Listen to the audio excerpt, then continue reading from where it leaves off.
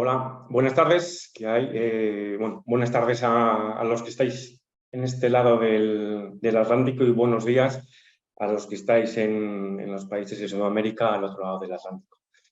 Ok, bueno, ¿para qué estamos aquí hoy? Vamos a hablar, voy a intentar explicaros mi punto de vista basado en mi experiencia de lo que yo entiendo por una buena planificación de ventas y de operaciones, y sobre todo de uno de los procesos más conocidos en este sentido, que es el tan nombrado SNUP, ¿vale? Poco antes que nada quería hacer una presentación personal. Soy Pablo Adánez Torres, llevo echando cuentas unos más de 25 años trabajando en la cadena de suministro. He estado fundamentalmente en los últimos 15 años más o menos como director de planificación, como director de supply chain. Tengo experiencia, ahí podéis ver a la derecha los logos de las empresas donde he trabajado, experiencias internacionales con entornos muy diferentes, marco ahí multiculturales y multidisciplinarias en diferentes industrias, el gran consumo en alimentación, como es Parmalat, en tabaco, que es de la parte de logista, que es operador logístico de todo lo que es el tabaco en España, con una red de clientes de casi 80.000 puntos de entrega.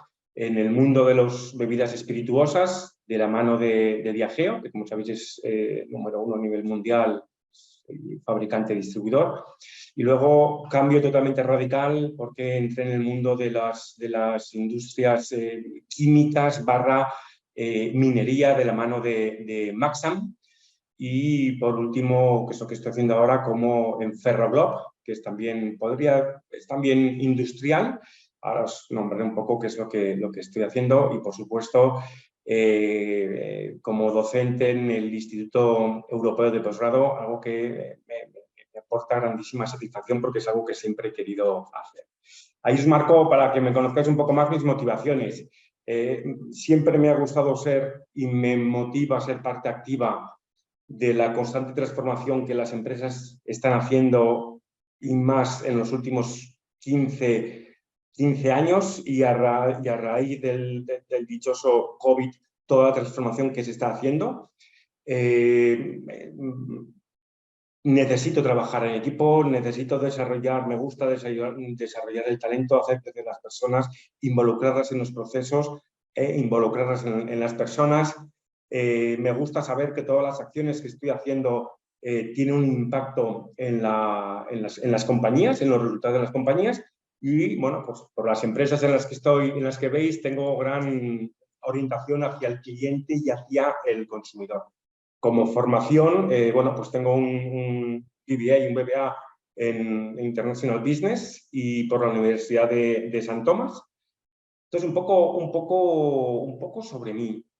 Quería utilizar esta introducción para empezar a hablar ya de lo que es la planificación y cómo yo lo he vivido. Veis ahí una serie de empresas totalmente distintas, en industrias absolutamente diferentes, con tipos de clientes muy distintos, y en cada una de ellas, aun siendo muy distintas entre ellas y así como los sectores en los que se trabajaba desde el punto de vista de planificación y del SNUP, hay muchas cosas en común. A lo largo de esta presentación, que no es muy larga y simplemente he puesto notas para apoyarme en lo que os quiero comentar, basado en experiencias más que en la teoría. La teoría está en los libros y hay teorías y escritos sobre el SNUP, hay 250.000, ¿vale? Entonces, lo que voy a contaros es basado fundamentalmente en mis experiencias. En Parmalat empecé y el mayor reto desde el punto de vista de planificación era el trabajar con productos refrigerados con fecha de caducidad, que se producían en el norte de Italia, con fecha de caducidad muy corta, 30 a 35 días, donde la planificación de la demanda era crucial, así como la logística. Que no tenías que enganchar perfectamente, porque perder 2 días desde que el producto era producido hasta que se cargaba en los camiones, era perder prácticamente un 8 o un 10% de la vida útil del producto. Con lo cual ahí tenía un challenge con el cual reconozco que en ocasiones se sufría mucho, ¿vale? De ahí pasé a logista es operador logístico, lo puedo dejar ahí un poco margen, y luego paso a Diageo. Entro en Diageo y digo, bueno, me he librado de las fechas de caducidad. Claro, pero tienes otros retos desde el punto de vista de la planificación. Claro, es gran consumo, productos de alto valor, estás presente en toda la gran distribución a nivel nacional, tanto en España como en Portugal. Trabajas con unos niveles de servicios súper exigentes que no pueden o no deben estar por debajo del 99%. Trabajas con lo que se llama el flujo tenso, con lo cual el tener una buena planificación desde el punto de vista de la demanda, desde el punto de vista de la distribución / logística, es crítico, ¿vale? Porque si no, además, trabajando con la gran distribución puedes tener penalizaciones considerables si estás fallando, ¿ok? O no das el servicio con el cual te has comprometido, ¿vale? Y luego, fundamental, porque tienes una agenda loca en la cual constantemente se están metiendo productos de innovación por buscar ser más flexibles, por intentar llegar mejor al consumidor, que tienes que manejar de una manera especial, porque si no te van quedando en el almacén restos de nuevos formatos o nuevos sabores que a la vuelta de unos años, o unos años son 2 años, que pasa nada, tienes un inmovilizado con el que tienes que tener mucho cuidado, con lo cual ahí también tenías otro tipo de peligro y debería ser foco fundamental en tener una buena planificación de la demanda, ¿vale? De ahí pasó a Maxam. Maxam es la empresa, en estos momentos debe estar el número 4 o 5 a nivel mundial de productos explosivos para minería. Y ahí, bueno, tenías una serie de challenges desde el punto de vista de la planificación. La planificación de la demanda per se no era excesivamente complicada, porque bueno, las explotaciones mineras tienen todo bastante bien marcado, pero claro, estás entregando los productos en los sitios más recónditos del mundo. Las minas están lejos, no, los siguientes. Os pongo un ejemplo que posiblemente a vosotros os será muy familiar. Nosotros estamos dando servicio a las minas de Mera en el desierto de Atacama, y hacer llegar ahí los productos es complicado. Con lo cual, la unión entre la planificación de la demanda y la planificación de los transportes es crítica. Y más teniendo en cuenta que estás moviendo explosivos, que es un producto que, aun pagando unas cantidades ingentes y unas barbaridades por el transporte, nadie quiere, en los puertos, nadie te quiere recibir. Te dan una ventana de descarga de 6 horas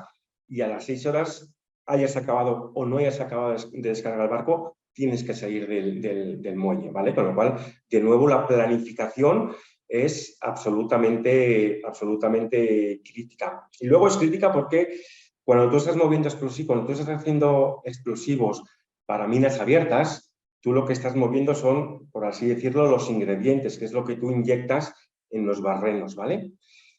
Hay una serie de productos que pueden, o materias primas que pueden representar el 30-40% del volumen, pero hay otros productos químicos que son los que, bueno, hacen que todo aquello reaccione como tiene que reaccionar, que puede suponer un 2% de todo aquello, de todo ese producto. Pero si tú fallas en ese, no puedes realizar las voladuras. Eso significa que paras la mina. Si paras una mina, puede haber penalidades o penalizaciones, mejor dicho, de cientos de millones de dólares por día que tengas una mina parada. En una mina están trabajando 3.000, 4.000 personas. Es decir, de nuevo la planificación es crítica. De ahí paso a Ferroglob, que es donde estoy actualmente. En Ferroglob somos productores y comercializadores de commodities, de ferroaleaciones, de silicio metal, que son la materia prima para fabricar el acero. Es decir, de nuevo, una tensión considerable, porque no puedes fallar y parar empresas o clientes como un ArcelorMittal, que es número 1 en la producción de acero, ¿vale? Común en todas ellas, y os lo he remarcado, es crítico tener una buena planificación de la demanda. Luego ya el resto, aguas arriba y aguas abajo, ya ves cómo lo puedes ir organizando y adecuando al sistema o a las necesidades de la compañía. Pero crítico es tener ese proceso transversal, y es un proceso como el del SNU. ¿vale? Dicho esto como introducción, aunque sí que me he alargado un poco, ¿qué vamos a ver hoy o qué intento explicaros un poco qué implica y qué es ese proceso de planificación del SNOP, cómo implantarlo con éxito, cuáles son las principales barreras en las que en la vida real nos podemos encontrar y nos encontramos a la hora de implantar estos procesos y sobre todo a la hora de ejecutarlos, ¿vale? Y luego cuáles son sus beneficios y cómo asegurar que se mantengan en el tiempo, que para mí eso es lo más complicado de todo, ¿vale? Un poco aquí os pongo, quiero marcar todo lo que os he dicho anteriormente, es decir, bueno, pues dentro de lo que llamamos planificación está la planificación de la demanda, la planificación de los requisitos de distribución, la planificación de los abastecimientos, del inventario del producto terminado, del inventario de las materias primas, la planificación de las producciones, los requisitos de logística, etcétera, etcétera, ¿vale? Todo eso, como marco, son planes que dependen unos de otros, pero todos tienen algo en común, que es que todos vienen de la previsión que hacemos de ventas o de la previsión de los clientes, ¿vale? Lo primero que debemos hacer y que te está marcando el SNOP es decir, oye, yo basado en una planificación de ventas, aguas arriba, yo tengo con esta planificación de ventas, tengo que ir o podré o tendré que planificar la producción y en función de la producción que yo vaya a realizar, haré esa compra o esa planificación, uno, de materias primas, dos, tengo que ser capaz de saber si las líneas de producción que tengo son las correctas y van a ser capaces de producir aquello que necesito, y tres, sobre todo, cuánta mano de obra necesito. Y aguas abajo, bueno, tengo que ser capaz con este procedimiento de, desde el punto de vista logístico, organizar todo el transporte, que en muchas ocasiones son transportes multimodal, por tren, barco, camión, etcétera, etcétera, para llegar a los puntos de venta cuando yo he acordado o según los requerimientos de los clientes, ¿vale? Esto es un poco porque la importancia que tienen todas las planificaciones que podemos ver en lo que llamamos el proceso de planificación integrado, ¿vale? Esto es un poco un chart para mostraros de forma gráfica, bueno, pues las distintas figuras que intervienen en esta planificación, ¿vale? Que cubre el procedimiento del SNOP, que es el Sales and Operation Plan. Está la parte de proveedor, materias primas, fabricante, distribuidor y el retailer. Y tenemos que ser capaces de, en función de esas preguntas que vemos ahí arriba, cuánto vamos a producir, cuándo vamos a vender y cuánto vamos a vender, etcétera, etcétera, organizar el flujo del producto y abajo marco lo que debería ser el flujo del producto y el flujo de la información, que en este caso es crítico también, ¿vale? ¿Por qué tenemos que planificar de forma... Yo diría al principio, ¿por qué tenemos que planificar? Y luego he añadido de forma unificada. Aquí os pongo dos fotos ilustrativas. Bueno, primero tenemos que asegurar la disponibilidad de los recursos adecuados, ¿vale? Tenemos que asegurar que no gastamos más ni gastamos menos, o bueno, menos siempre se puede gastar, pero manteniendo un nivel de calidad y un nivel de servicio, ¿ok? Tenemos que ser capaces de completar los proyectos a tiempo, de identificar los riesgos con suficiente antelación y determinar los resultados. Os pongo aquí dos ejemplos muy claros.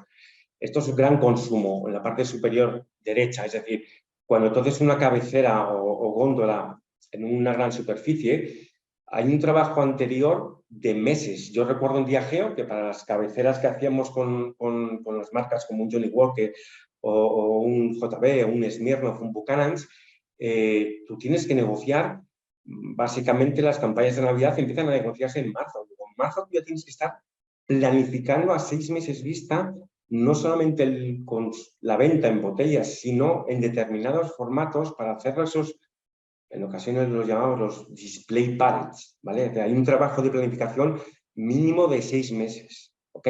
Todo esto lo tienes que lograr o se puede lograr a través de un proceso que sea transversal, porque influyen, ya lo veremos, o más que influir, entran a jugar todas las funciones, desde marketing, customer marketing, desde finanzas, comercial, producción, no sé si me dejo alguno más, ¿vale? ¿Cuál es el objetivo de todo esto? Es, bueno, pues ser capaces de prever algún problema, algún riesgo o alguna oportunidad para llegar a esto, para lo cual la compañía ha pagado, que es tener el producto a tiempo, en el momento adecuado, con el mínimo coste posible. Y abajo a la derecha, y bueno, lo he querido dejar en inglés porque es tal cual, es, bueno, pues el que estaba por aquel entonces, años atrás, como presidente de Diageo en Asia Pacífico, lo que él comentó, y lo ponemos como ejemplo en Diageo, era que lo que él esperaba del S&P era un mejor manejo del riesgo, ¿vale? Y reducir las sorpresas de último tiempo, las sorpresas de último minuto. Comentaba que en el 2013 su planificación financiera estaba diciendo que sus resultados iban a ser de más 5 millones, cuando a 3 semanas y 3 semanas más tarde le confirmaron que tenía un riesgo de 15 millones. Claro, demasiado tarde para buscar una posible solución a nivel global, es decir, cubrir desde otra unidad de negocio o desde otra región ese gap que él tenía, o ese gap que él tenía en su región, y sobre todo desde un punto de vista no haber podido dar visibilidad al management o al board de la compañía. Vuelvo a hacer hincapié en algo que es para mí fundamental, que es el S&P nos tiene que ayudar a prever con suficiente antelación los riesgos y las oportunidades de alcanzar los objetivos de la compañía, ¿vale? En cuanto a ventas, en cuanto a costes, desde el punto de vista de producción, desde el punto de vista de logística, etc. ¿Para qué? Para buscar posibles alternativas, planes B, etcétera, etcétera. Vamos allá un poco más en detalle qué es todo esto del S&P. S&P, definiciones del S&P hay 200 en la red y de alguna manera las conocemos muchos, ¿ok? A mí me gusta decir que es un clásico, es un proceso de planificación que debe de ocurrir de forma periódica, generalmente cada mes. Es un proceso multifuncional, es decir, es un proceso absolutamente transversal. Yo creo que es uno de los procesos más críticos dentro de la mayoría de las compañías, no importa que sea en un ámbito nacional o internacional, ¿vale? Es absolutamente transversal porque implica a distintas áreas como es marketing, ventas, la cadena de suministro, fabricación, finanzas, y cada uno tiene su rol, ¿vale? Y todo tiene que estar hecho para dirigirnos en una única dirección y un objetivo único, ¿vale? Esto es absolutamente crítico. Los objetivos, bueno, los podemos ver ahí. El tener un único plan en toda la organización. Aquí hago un hincapié porque hay muchas veces que los alumnos en las clases o en los másters me preguntan en ocasiones, claro, leen la teoría y dicen, pero esto es fácil, esto tiene todo el sentido del mundo. ¿Qué dificultades hay? Pues luego te encuentras que en la vida real, y todos lo hemos vivido, no siempre en una organización todos andan mirando o están mirando los mismos objetivos. El objetivo último suele ser el mismo, pero la forma de llegar al objetivo último no siempre es igual, con lo cual uno de los objetivos es la alineación desde el minuto 1 de las diferentes funciones, ¿okay? Hay que romper lo que se conoce como trabajar en silos, es decir, yo trabajo en finanzas y miro mis objetivos de finanzas, trabajo en ventas y quiero vender X unidades y si enviarlo cuesta un poco más o un poco menos, mira, yo tengo que llegar a este número de ventas. No, hay que llegar a este número de ventas, pero cumpliendo determinadas cosas, porque al final, si no, ponemos en riesgo el objetivo último de la compañía, ¿ok? Hay que incorporar, y lo veremos después un poco más tarde, la responsabilidad en el proceso de planificación. Es decir, que se haga de una manera consistente, que se haga con unos responsabilidades de saber quién hace qué de forma absolutamente clara y respetarlo. y ser consecuente con esas decisiones que se toman. Y el objetivo, y vuelvo a remarcarlo porque para mí es crítico, es el identificar esos problemas a tiempo, el poder escalarlos para tomar las decisiones correctas. Las responsabilidades de cada rol, bueno, las podemos ver también ahí. Es decir, ¿cuál es más importante? Pues cada cual es más importante. Es decir, el del demand planner, lógicamente, es el que hace más el trabajo de fondo de trabajar la demanda, la demanda de ventas, el tener el conseguir esos inputs desde del equipo de ventas, del equipo de marketing, de los planes promocionales que tienen o de las ventas que van a ver, el ser capaz de desagregarlo, lo que es a nivel de marca a lo que es nivel de producto. Os pongo un ejemplo. Yo recuerdo en muchas ocasiones en Diageo, el director comercial de España me decía, Dani, hemos tenido un S&OP muy bueno, hemos acertado en el forecast a un 98%. O sea, es verdad. Pero yo le decía, ten en cuenta que lo que nosotros producimos no es Johnny Walker. Lo que yo tengo que pasar a la planta de producción es Johnny Walker en formato 70, en el formato de 1 litro, en el de medio litro, la miniatura 0,5, el formato de plástico, etc. ¿Vale? Entonces, según vas desagregando, vas yendo hacia abajo, es más complicado acertar, entre comillas, ese pronóstico. Y luego, es importante, lo puedes hacer a nivel de cliente, perfecto, pero es crítico también hacerlo a nivel de punto de entrega. Yo ahora mismo en Ferroglob, la producción de los productos, como vemos, de las ferroaleaciones, es relativamente sencilla. Ojo, es muy costoso y tenemos por ahí ciertos problemas ahora que nombraré, ¿vale? Pero movemos, el volumen que estamos moviendo es más de 1 millón de toneladas al año, con lo cual tienes que andar con mucho cuidado para producir ese producto allá donde se va a entregar, porque muchas veces podemos mover 500 toneladas, mover 500 toneladas o 5.000 toneladas es mover un montón de camiones y entras en un montón de costes que si tienes una buena planificación los vas a evitar, ¿vale? La cadena de suministro pues tiene un rol también, os podéis imaginar, crítico. Fabricación también. Finanzas. Para mí, finanzas tiene un rol dentro de S&OP absolutamente crítico. Y os pongo un ejemplo. En todas las multinacionales, que siempre el rol o el peso que tiene finanzas es bastante grande y en esto estaréis todos de acuerdo conmigo, ¿vale? ¿Por qué digo que es tan crítico? Porque en el momento en el que finanzas empieza a utilizar los resultados del S&OP, es decir, esa previsión de ventas, la empieza a utilizar para hacer sus estimaciones financieras o sus estimaciones de cierre de año fiscal, el proceso cobra muchísimo más peso dentro de la compañía. Y os pongo un ejemplo. Yo estuve 4 años basado en Miami, trabajando para Diageo Norteamérica y mi responsabilidad era el director de planificación de Centroamérica, Caribe y, bueno, del mercado de LATAM, salvo algunos países, ¿vale? Hicimos el diseño y la implementación a nivel país, pero hubo un momento que teníamos que consolidarlo a nivel de región porque casi todas las plantas o el 100% de las plantas de Scotch, como de whisky, os podéis imaginar, estaban en el Reino Unido, en Escocia, ¿vale?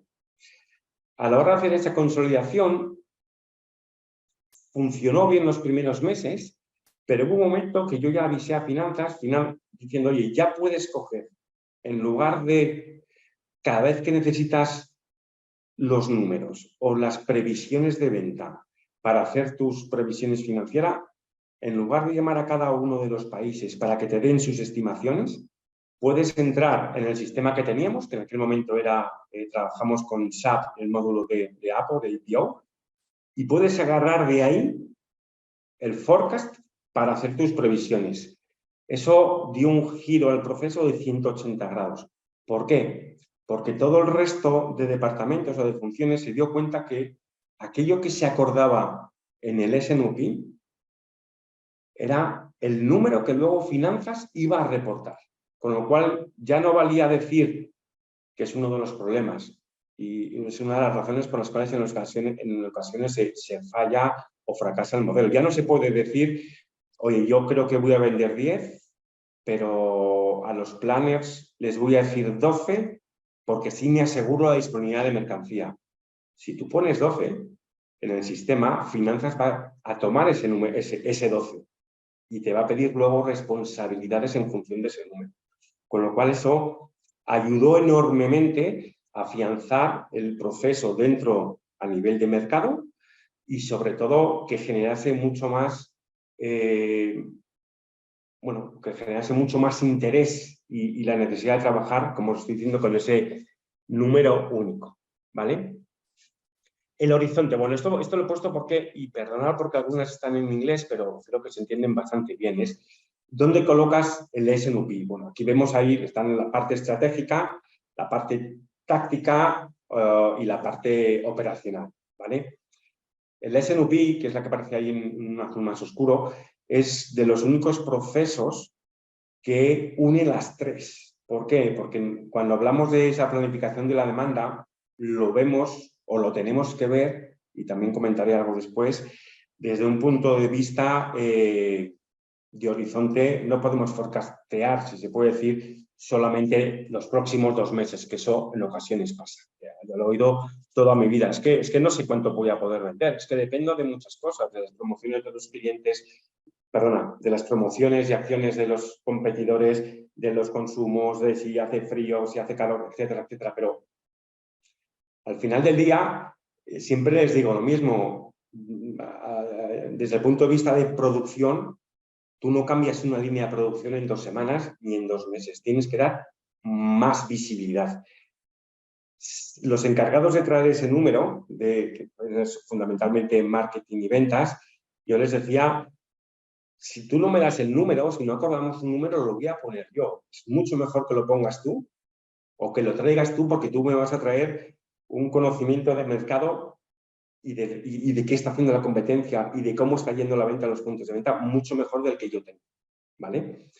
Entonces, de ahí que haya que forzar, y para mí es un must, si me permitís la expresión, el hacer el forecast mínimo 6 meses. Lo suyo son 12 meses, ¿ok? Y el S&OP, por eso he marcado esto, si hacemos esos 12, 18 meses, es lo que está marcando, vas a mirar la planificación a nivel de semanas, de meses y de año o año y medio, ¿ok?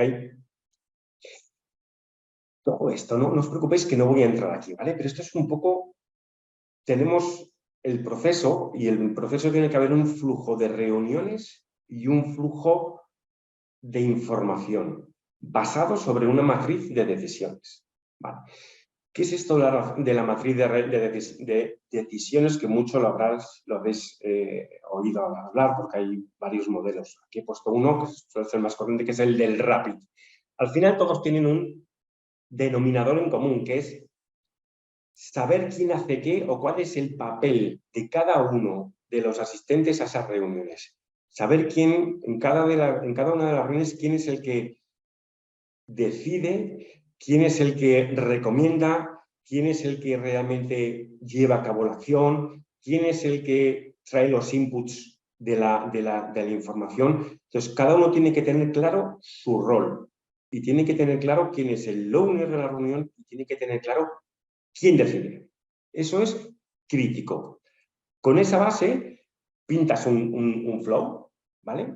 Aquí he puesto uno, como otros muchos, y os cuento. Esto es parecido al que yo podía tener en Diageo y en Maxim, ¿vale?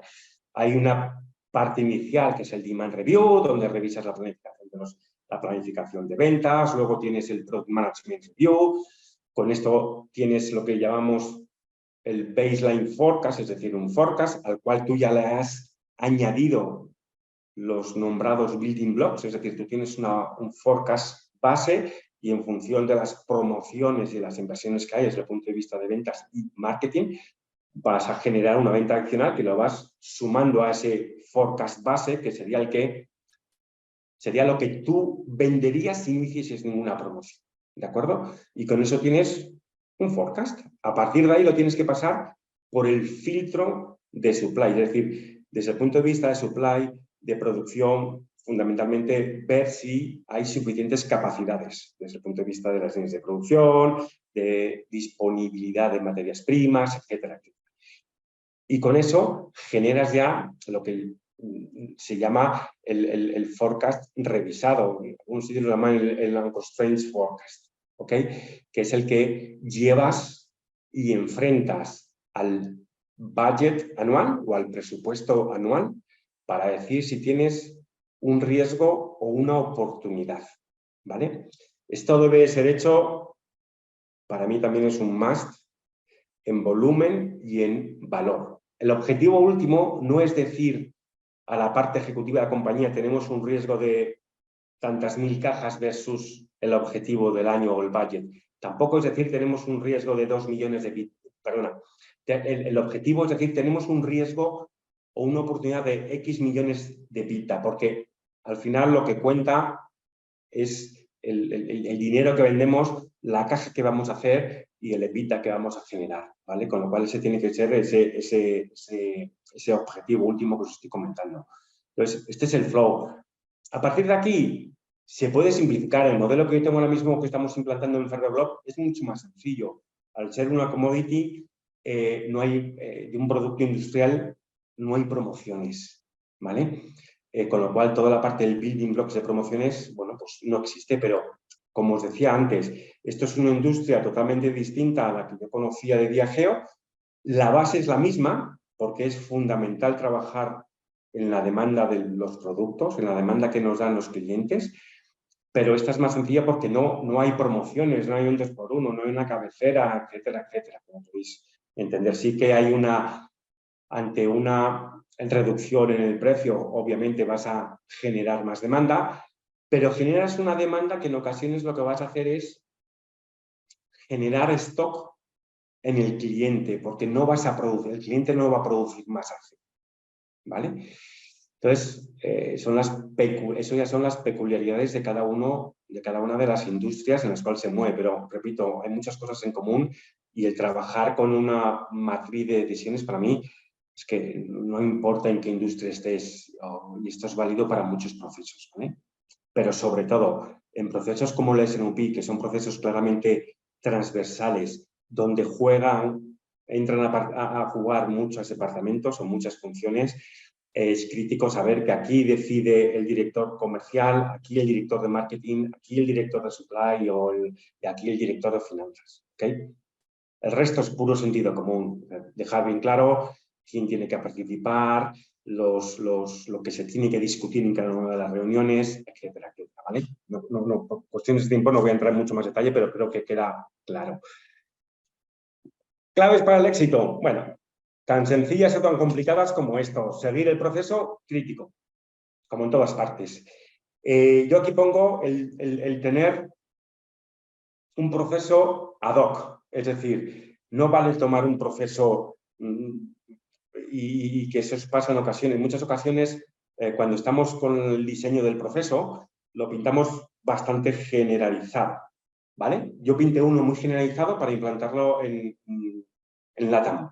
Pero luego, cuando iba aterrizando en cada uno de los distintos países, tuve que hacer una serie de cambios o de modificaciones ad hoc por las realidades de cada país, pero manteniendo siempre una serie de puntos que eran innegociables, ¿vale? La clave del éxito para mí es tener ese proceso ad hoc para cada una de las regiones, pero con unos basics que son inamovibles. La parte de people o de gente, lógicamente, tienes que tener gente formada, con una serie de conocimientos en la cadena de suministro. Dentro de ese grupillo siempre digo que es fundamental lo que llamamos en muchas ocasiones las soft capabilities o la capacidad, la capacidad de negociación. Es algo que es la capacidad de saber interactuar con distintos departamentos, porque es un proceso, vuelvo a decir, transversal, y tener una herramienta. Hay sitios donde se hace con Excel, pues hace que no se pueden permitir determinadas herramientas. El Excel, pues todos sabemos que no, para algunas cosas muy buenas, pero al ser muy poco robusta puede ser un verdadero horror, y siento la expresión, ¿vale? Lo que marco abajo son los sponsors. Yo os pongo un ejemplo. La primera vez que lancé el SNUP fue en Viajeo España a nivel local, que luego lo hice a nivel regional, y fallamos estrepitosamente. Y lo aprendimos luego, porque inicialmente, oye, teníamos el proceso, nos lo habían pintado desde Londres, era todo tuvimos una serie de reuniones con cada una de las funciones, explicándoles el rol, el por qué sí, el por qué no, etcétera, etcétera. Arrancamos, al cabo de 3 meses aquello se fue desinflando y 5 meses más tarde no quedaban nada. ¿En qué fallamos? No tuvimos los sponsors, no tuvimos el sponsor del comité de dirección o sobre todo del que en aquel momento era el director general, ¿vale? Con lo cual empezamos a implantarlo a un nivel inferior al cual debimos hacerlo y por eso quedó diluido. Bueno, no pasa nada, es decir, las cosas pasan, hay que levantarse, aprendimos la lección, volvimos a rediseñar algunas cosas y empezamos a presentarlo, y lo presentamos, mejor dicho, al director general de la compañía. Él, bueno, pues hizo determinados cambios, challengeó, hizo reto de algunas cosas, quiso mover, bueno, meter el lápiz que decimos en español, ¿vale? A partir de ahí hasta le grabamos un vídeo explicando a la compañía el por qué, un vídeo con un celular, nada, sí es sencillo, explicando en 4 minutos el por qué había que creer en SNOP, qué es lo que iba a traer a la compañía y qué era lo que él esperaba del resto de funciones. A partir de ahí volvimos a presentar las distintas funciones. Como teníamos un sponsor, todo funcionó y funcionó bastante bien. Y luego marco la nueva versión al cambio. Hay muchas compañías en las cuales hay adversión al cambio. Hay gente que dice, llevo 15 años trabajando de este modelo, ¿por qué voy a meter el SNOP si no me va mal? ¿Vale? Y luego pongo el horizonte del tiempo.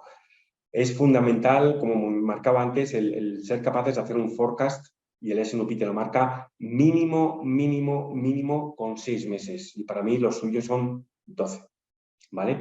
Porque si no, es que no vas a darte cuenta de los problemas que te pueden venir.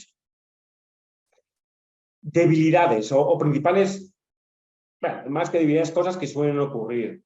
Desde luego, cuando aquí en la parte derecha podéis ver el famoso trabajar en silos de nada ayuda, porque este proceso es transversal y si cada uno de estos funciones o equipos sigue trabajando solamente para y por sus objetivos, no va a funcionar. No, pero vamos, yo creo que en estos casos no va a funcionar ni en SNUP ni otros muchos procesos de compañía, ¿vale? Y luego, pintado, también la habréis visto en ocasiones, la famosa espiral. Es decir, todo puede empezar porque la organización al principio lo implanta porque lo ha oído, sabe que eso aporta valor, sabe que lo tiene que tener, pero si la organización no le ve el valor, a continuación los líderes de las reuniones, que son los que tienen que tomar las decisiones, empiezan a no asistir a las reuniones, porque dicen que tienen otras reuniones más importantes. Al final de todo esto, bueno, pues el SNOP se convertirá en un proceso, pongo ahí, vacío, que no aporta nada y a la vuelta a 6 meses, de vuelta al trabajo y a la forma de trabajar que hemos tenido en ocasiones. Con lo cual, es importante que desde arriba se entienda el valor y sobre todo algo que yo siempre he pedido a los equipos de dirección y como parte del equipo de dirección es el ser consecuente con esto. Es decir, si queremos trabajar con un SNUP, tenemos que ser consecuentes y trabajar con un solo número. No podemos trabajar con 2 números. No podemos trabajar con el número, un forecast de venta, pero luego para los reportes de finanzas a la central manejo otro número. Porque es que entonces irías y complicas mucho al resto de la organización. ¿Ok? Un buen proceso de planificación. Bueno, pues aquí de forma bastante sencilla, pues bueno, pues debe mejorar la gestión de la cadena de suministro, la optimización de los stocks, debe ayudar a vender más. Para mí esto es clarísimo.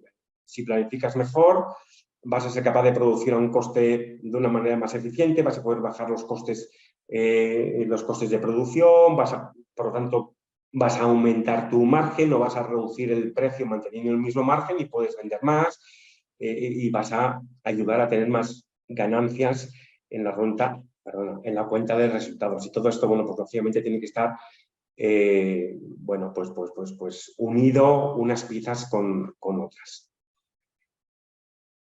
Aquí nombro un poco más, pero sobre todo lo que quería hacer hincapié es en la parte inferior, es decir, si todo esto nos va a ayudar a planificar mejor, la consecuencia la conocemos todos, vamos a ser capaces de trabajar con menos nivel de stock. Esto va a impactar en el working capital. Crítico en todas las compañías porque va en línea o va parte de la generación de caja. ¿Okay? Si somos capaces de reducir los cambios en la planificación, va a impactar en los costes, va a impactar en la reducción de costes y, por lo tanto, en la cuenta de resultados o en la P&L. Lo mismo con la reducción de los obsoletos. Lo mismo va a ocurrir con la reducción de las roturas de stock, que va a impactar no solamente en las ventas, sino también en para mí súper importante, el servicio al cliente. Es crítico que tu cliente crea en ti, sepa que se la puede jugar, no le vas a fallar en el servicio, etcétera, etcétera. Si eres capaz de reducir las entregas urgentes, lógicamente vas a reducir costes de logísticos y vas a impactar en la P&L y el ¿okay? Esto sería un poco todo lo que es el proceso, ¿vale? Un poco es el flujo de la información, es el flujo de las reuniones. No vale saltarse reuniones, es el que cada uno tiene que saber qué rol juega dentro del proceso, cuándo él tiene que decidir.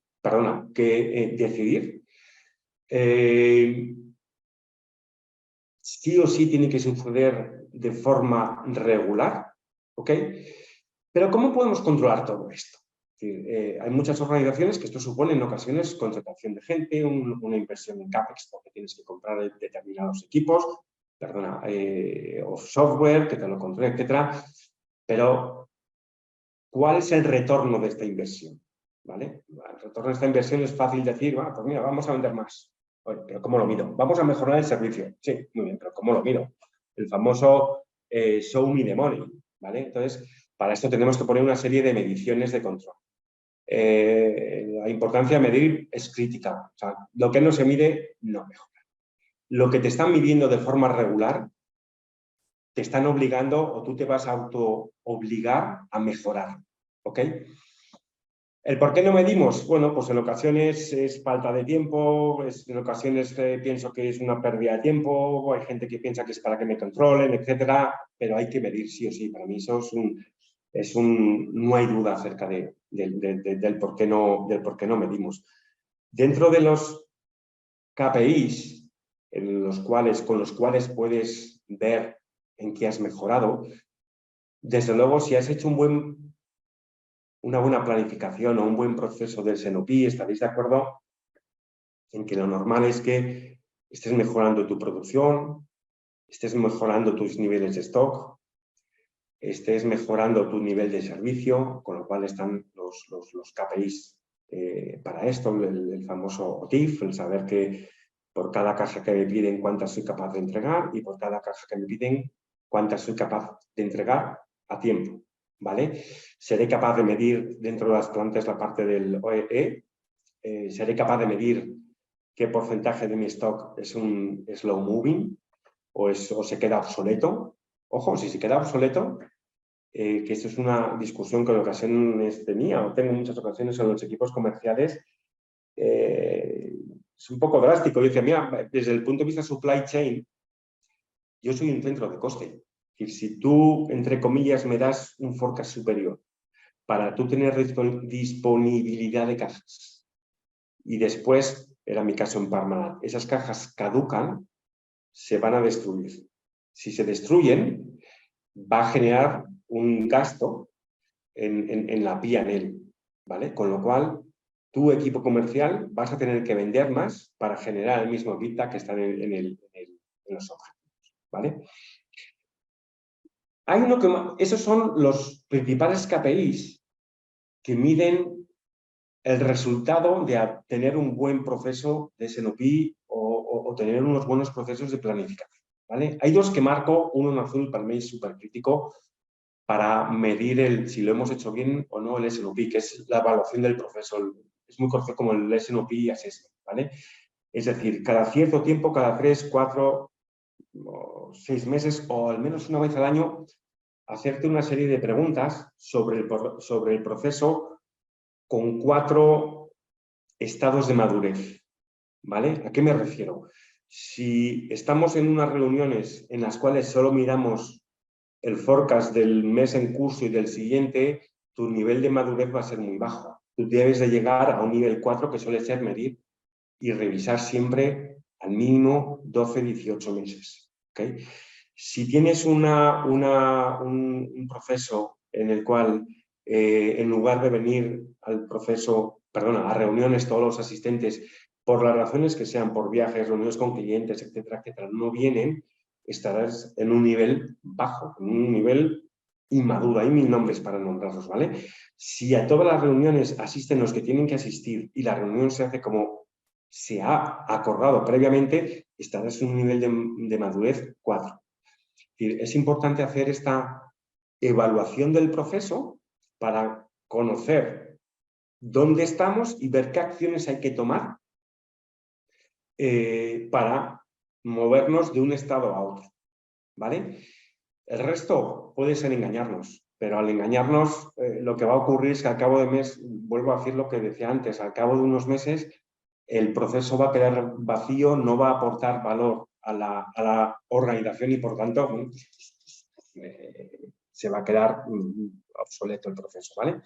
Y el último es el Forecast Accuracy, que pongo el L1, el L3 y el L6. Eso es lo que digo, por lo menos es el nivel 6, mirar 6 meses adelante, porque son los tiempos mínimos desde el punto de vista de producción o de la compra de materias primas o para organizar determinadas campañas promocionales.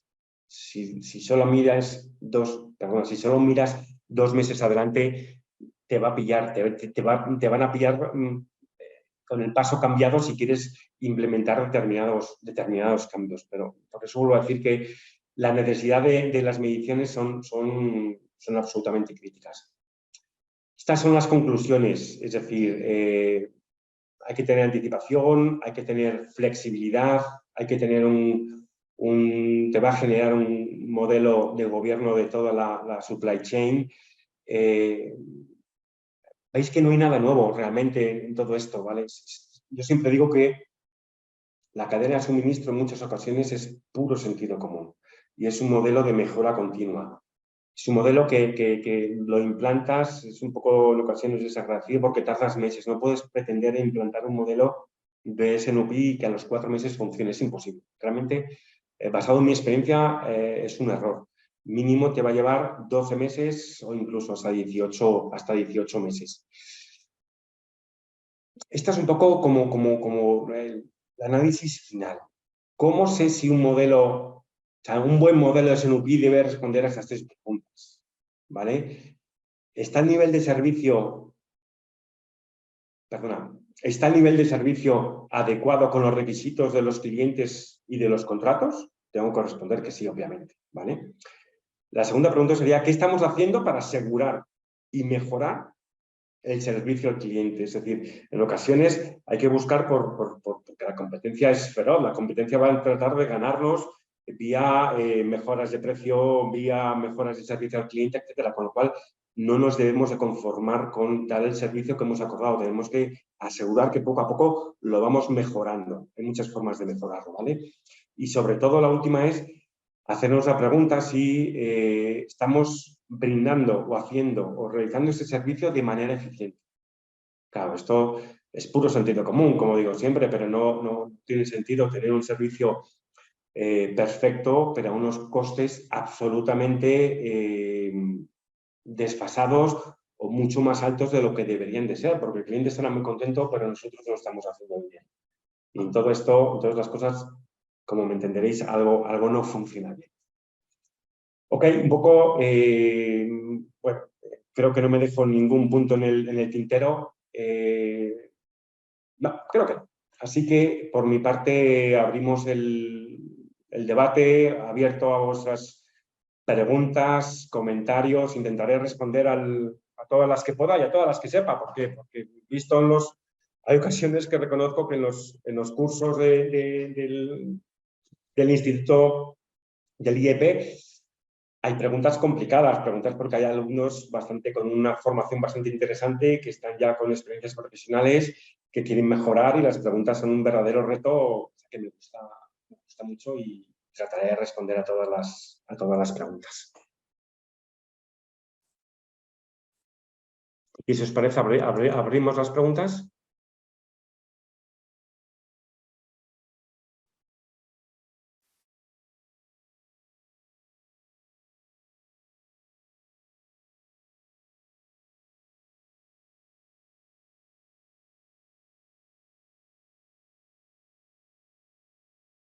Mira, aquí tengo varias preguntas en el chat. Aquí hay una... espera, se me está moviendo ahora. Hay una que me preguntaba Carlos Rivas, ¿cuáles son los puntos claves en cada una de las reuniones? Pues mira, para cada reunión, y lo podéis ver en la hoja que os he mostrado, hay que dejar, o sea, para mí lo importante es tener la hoja de ruta de cada una de las reuniones. Para mí esa es la clave. Es decir, en la Demand Review, centrarse en hablar de la demanda de los clientes, en cómo se puede afectar entre una promoción, etcétera, etcétera, etcétera, y no desviar las conversaciones que a veces pasa de por qué el mes pasado tuvo una rotura de stock de A, de B y de C. ¿Vale? En la reunión de supply, en el supply review, centrarse específicamente en todo lo que atañe a las capacidades desde el punto de vista de supply. Por no alargarme demasiado, es pintar o escribir claramente, y lo poníamos ahí en la hoja, quién debe de estar, quién debe decidir qué, quién debe de informar de qué, los puntos a tratar y obligaros a hacer unas conclusiones finales, ¿vale? Me pregunta Merielis si es viable hacer un SNOP en la industria petrolera. Para mí, definitivamente sí, como en todas las industrias. Es decir, lógicamente, por la casuística o por las peculiaridades de la industria, será un SNOP mucho más, muy distinto a un SNOP del gran consumo. Yo he manejado con SNOPs de alimentación de productos perecederos con vida de 30 días, a lo que estoy haciendo ahora en Ferrobloc, de productos de commodities, de ferroelecciones. Las grandes petroleras obviamente tendrán que hacer un S&P o una planificación de ventas y planificación de producción a largo plazo. Serán críticas porque saber dónde van a hacer perforaciones, saber cómo las van a hacer, qué inversión requiere, es planificar. O sea, SNOP para mí no es, bueno, no iba a decir no es más, no es ni más ni menos que saberse planificar y saber qué necesito para llegar a donde estoy planificando. Y en la industria petrolera, que lleva consigo unas inversiones altísimas, entiendo que se está haciendo, y si no, bajo mi punto de vista, y eso es un personal mío, lo deben de hacer. Mira, aquí tengo una pregunta muy buena, que esta da mucho debate, que es de Fernando Bustamante, ¿vale? Que dice, ¿quién debe liderar el SNOP? Esta es la pregunta, bajo mi punto de vista, supply chain. ¿Por qué? Porque en muchas ocasiones supply chain está entre medias, entre la parte financiera y entre la parte de ventas. Hay muchas ocasiones en las que dicen ventas no puede ser el dueño o liderar esa porque forma parte de la reunión, perdón, forma parte de los inputs que tienen que traer, con lo cual SNOP debe estar liderado, la parte de supply se la ve más neutral. se le puede ver una parte como entre medias entre los centros de producción y entre la parte comercial y la parte de finanzas. A partir de ahí suele haber mucho debate. Yo en casi todas las industrias donde he estado, salvo en Maxam, que estaba liderado por marketing, lo ha llevado siempre supply, pero eso no significa que supply es en este sentido es el facilitador de las reuniones, es el que tiene que asegurar que las cosas suceden, es el que tiene que estar remodelador, es el que tiene que hacer el assessment que hemos dicho antes de que si el sistema funciona o el proceso funciona o no funciona, pero no es el que tiene que tomar todas las decisiones. Es decir, en el demand review hay un dueño, que es el que tiene que tomar la decisión, que será, según en compañías, el director comercial o el director de marketing. En otra será el director de operaciones, en la parte de producción. Y en el consensus meeting, en el último suele ser el director financiero. ¿Vale? Entonces, liderar supone no tomar todas las decisiones, ser el facilitador del proceso. Okay, espero haber contestado, Fernando, a tu pregunta. Aquí me pregunta Juan Sebastián Pérez, me dice, ¿cómo cambias la cultura de la organización para que aprendan a usar este modelo? Esta es otra muy buena pregunta. En ocasiones o siempre, yo he comentado y el otro día lo estuve viendo con el equipo de Oracle, es la parte de lejos más costosa, pero no solamente desde el punto de vista de procesos, sino en ocasiones desde el punto de vista económico. ¿Vale? ¿Cómo lo consigues? Trabajando con ellos. Yo cuando os pongo mi ejemplo, cuando iba a hacer las implementaciones que las he hecho en viajeo en los países de Latinoamérica, en Argentina, en Chile, en Perú, etc. Y con Maxam, por ejemplo, hicimos muchísimo en West África y en Sudáfrica, porque desde el punto de vista de minería es importante. Lejos de... Tú cuando vas a hacer esa implementación, te ven como alguien que viene de la central a traerles más trabajo, que les vas a decir cómo se hacen las cosas cuando tú no vives ahí, etcétera. Entonces, mi recomendación para hacer ese cambio cultural es, más allá de sentarte enfrente de ellos y contarles el proceso, como digo yo, te pones en camisa, te remangas, te pones a su lado y le dices, mira, vamos a ir en esto, dime cómo lo haces, vamos a ver cómo este proceso, y lo he nombrado antes, lo hacemos ad hoc para tus peculiaridades, o bien de país, o bien de tu industria. Hay unas cosas que no se pueden cambiar, y lo entenderéis, que sea un proceso que tenga que suceder todos los meses, no importa en qué industria estés o en qué cultura, que sea un proceso en el que tiene que haber una serie de personas que lideren o una serie de personas que decidan, es común a todas las industrias y a todos los países, etcétera, etcétera. Entonces, tú al final le tienes que demostrar que aunque va a haber un tiempo de adaptación en el que él va a tener más trabajo, ¿por qué no decirlo?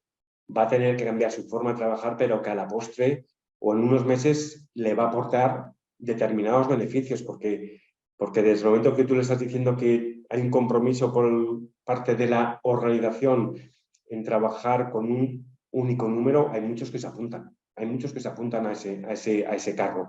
O hay muchos a todos los niveles, desde el punto de vista desde el nivel de directores, directores generales, managers, etcétera, etcétera. ¿Vale? Entonces, ¿cómo lo hago? ¿Cómo lo cambio? Es mucho trabajo, es mucha paciencia, es poco a poco, es hacerles ver y ser, esto suena un poco feo, ser un poco ejemplo para ellos, ¿vale? No ponerte enfrente de ellos diciendo, no, esto viene a central y hay que hacerlo sí o sí. Eso no va a funcionar nunca, ¿vale? Hay un montón de preguntas y yo las agradezco y me da pena porque por temas de tiempo vamos a ver cómo lo podemos hacer, cómo puedo llegar, ¿vale? A ver, más preguntas por aquí, que es que algunas son repetidas, por así decirlo, ¿vale? Me preguntan, Diego Fernando Ruiz Zapata me pregunta cómo aplicar el S&OP a las pymes o empresas pequeñas. Es exactamente igual, es decir, la esencia del modelo es el mismo. Lógicamente, disminuyes el número de reuniones. No tiene sentido.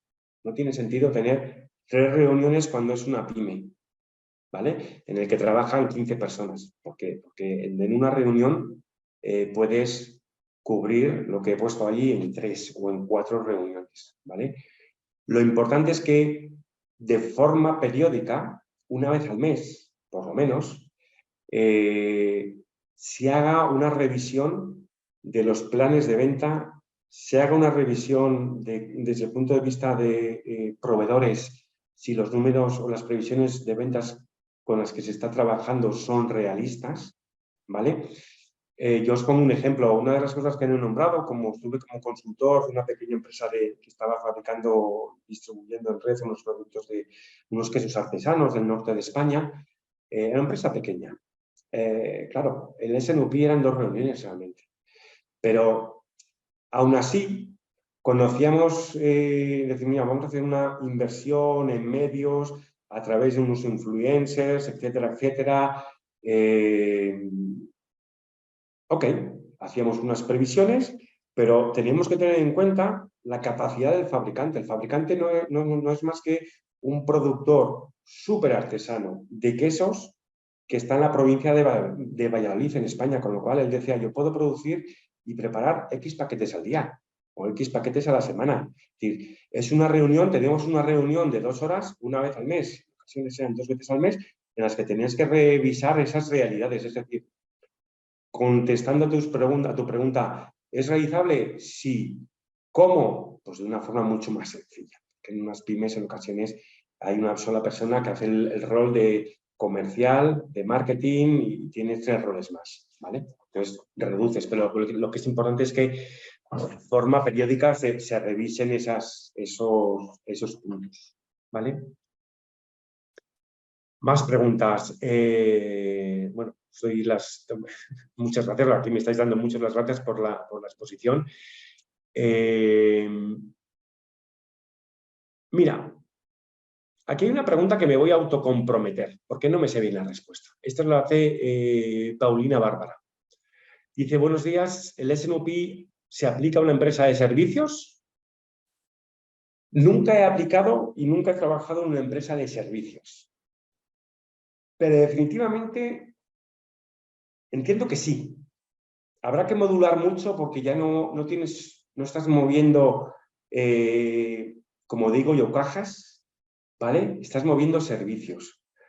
Pero una empresa pero de cualquier manera tú te tienes que planificar, aunque solamente sea porque todas las empresas de servicios tienen un presupuesto anual, ¿de acuerdo? Ese presupuesto anual se hará en base a algo y por lo general esa base viene dado por cuánto voy a vender. ¿Cómo haces ese cálculo de cómo voy a vender?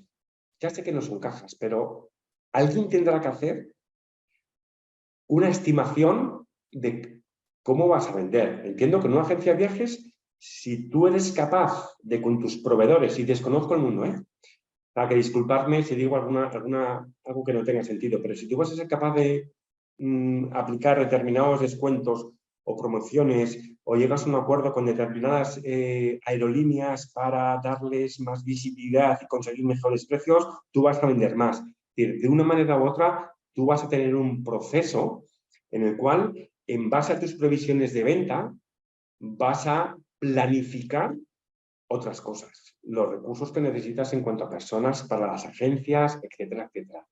Es decir, a tu pregunta, ¿esto aplica? Sí. El modelo yo lo desconozco, pero claramente debería ser distinto. Pero la base creo que es la misma, ¿vale? Es mi opinión personal. Bueno, estamos un poco fuera de tiempo. Por mi parte no hay más complicación. Estoy viendo aquí más preguntas.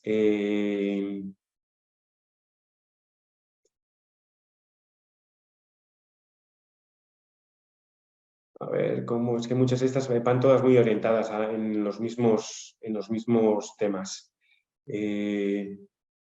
Vale, ¿cómo afrontar? Me dice Efraín, Yerena me dice cómo afrontar los cambios no previstos de la cadena dentro del periodo del phishing. Esto también es buena pregunta. Pues mira, para mí cómo afrontarlos, siempre que sea posible hay que ir a por ellos, lógicamente. Todo tiene un límite, es decir, ¿conviene afrontarlo sin importar en qué extracostes caigas? Eso ya lo dejo, para mí se contesta en función de a qué cliente y qué compromiso tienes con el cliente al cual le tienes que entregar o lo dejas de entregar. Desde luego, si hay una cosa clara, si lo tienes que hacer, debes de dejar bien claro, y me viene a la cabeza un ejemplo, debes dejar bien claro el extracoste que eso ha tenido. ¿Vale? Yo recuerdo en Perú que bueno, pues en ocasiones teníamos ahí 2 personas, 2 demand planners, buscábamos un tercer demand planner, lo que siempre ocurre en todas las empresas, se intenta no aumentar mucho la parte de los recursos, hay que demostrarlos muy a menudo, etcétera, etcétera. Y la campaña de Navidad, Perú está donde está, lo sabéis mejor que yo, y Escocia está donde está. Es decir, había casi 3 meses de lead time, entre production lead time y el transit lead time, ¿vale? Pero siempre surgían urgencias que en ocasiones era, oye, tenemos una urgencia porque hay una oportunidad de 2.000 cajas de Johnny Walker Black que nos trae un NSV altísimo, ¿cómo lo vamos a perder? ¿Vale? Y en ocasiones lo hicimos y en ocasiones no, pero eso acarreaba unos costes logísticos. Y yo recuerdo en un comité de dirección que los junté y dije, mirad, hemos gastado tantos miles de dólares adicionales por transporte.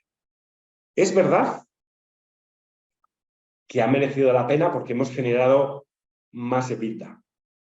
Pero esto lo podíamos haber evitado, es la mitad del coste de lo que nos cuesta un planner todo el año. Es decir, contestando a tu pregunta, ¿cómo los afrontas? Para mí, primero tiene que haber una decisión si merece la pena o no merece la pena, que para mí es en función si te va a dejar más beneficio o menos beneficio, o del compromiso que tengas con el cliente. Hay ocasiones en las que no puedes fallar al cliente y, por lo tanto, si incurres en coste, es tu problema, entre comillas. Pero, desde luego, dejando claro a la organización el coste que ha tenido el acarrear o el afrontar ese cambio dentro del frozen period, como llamas, y con el que yo también estoy muy adecuado, ¿vale? Espero haber contestado las preguntas. Estáis mandando un montón de preguntas, cosa que me encanta, pero me da pena porque no va a ser del todo imposible. Tips para la búsqueda, me pregunta Nelson Marcote, tips para la búsqueda de un buen sponsor. ¿Se recomienda que sea interno o externo? Lo primero que viene a la cabeza es, para mí la recomendación primera es que sea interno. Los tips, para mí, más que un tip es una necesidad. La persona que te sponsorea, si se puede decir, tu sponsor, él va a tener que rendir cuentas por eso. Él va a tener que contestar a preguntas de sus colegas a determinados niveles o incluso por encima de por qué estás haciendo sponsor de eso, de un SNUP. Es decir, y a esta persona hay que darle las respuestas. A esta persona le tienes que mostrar que de verdad esto va a aportar valor a la función o a la compañía, o lógicamente a la función y a la compañía. Es el mejor tip. Es decir, al final todos te están diciendo lo que la famosa frase que antes decía de show me the money. Es decir, si tú me demuestras que aplicando esto, perdona que esto que estamos diciendo del SNUP es, en este modelo que me estás planteando, es razonablemente implantable, se puede implementar, ¿ok? Y va a traer estas ventajas y estos beneficios. Yo creo que es el mejor tip o el mejor razonamiento o la mejor argumentación que le puedes dar para buscarte un sponsor.